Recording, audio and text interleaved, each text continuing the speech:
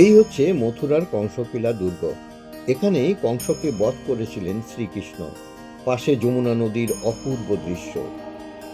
ভগবান শ্রীকৃষ্ণের জন্মভূমি মথুরা, আর এই যমুনা নদীর তীরে দাঁড়িয়ে আজ আমরা পৌঁছে গেছি এমন এক ঐতিহাসিক স্থানে যেখানে অন্যায় অত্যাচারে অবসান ঘটেছিল মথুরার কংসকিলা। এই দুর্গ ছিল মথুরার অত্যাচারী রাজা কংসের রাজপ্রাসাদ।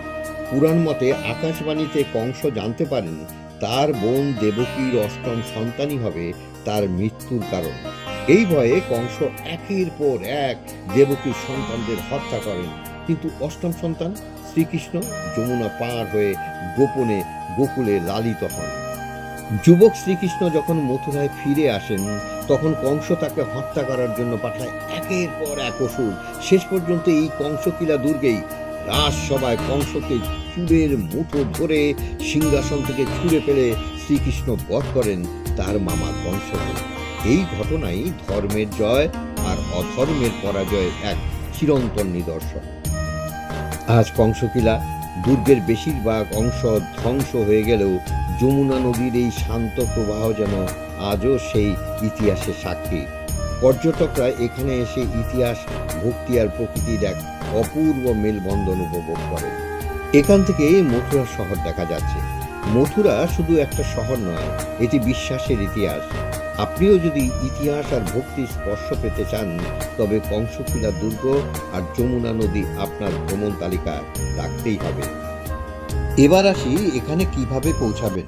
মথুরা জন্মভূমি মন্দির থেকে মাত্র ৩ কিলোমিটার পথ। টোটো ঠিক করে যমুনা নদীর পাড়ে কংসকিলা দুর্গের কাছে এসে নামবেন। বাইরের দিক দর্শন করে এই পথ দিয়ে মন্দিরের পাশ দিয়ে সোজা সিঁড়ির ধাপ ভেঙে উপরে চলে আসুন। সিঁড়ি ভেঙে ছাদের উপরে যখন উঠবেন বিশাল চাতাল ঘুরে ঘুরে দেখুন, আর ডান দিকে যমুনা নদী দর্শন করতে পারবেন। আর এখান থেকেই বিশ্রামঘাট, বাসুদেবঘাট, দ্বারকাধীশ মন্দিরের অবস্থান দেখতে পাবেন। বিকেলে যখন নৌকা বিহার করে সন্ধ্যায় বিশ্রামঘাটে সন্ধ্যা আরতি দেখতে যাবেন, আর তার পূর্বে তখন যমুনা নদীর নৌকা থেকে এই দুর্গ চাক্ষুষ পর্যবেক্ষণ করতে পারবেন, যা আপনার ভ্রমণের জীবনে স্মরণীয় হয়ে থাকবে। সূর্যাস্তের সময় নৌকার উপর পাখিদের উড়ান যা মন কেড়ে নেয়।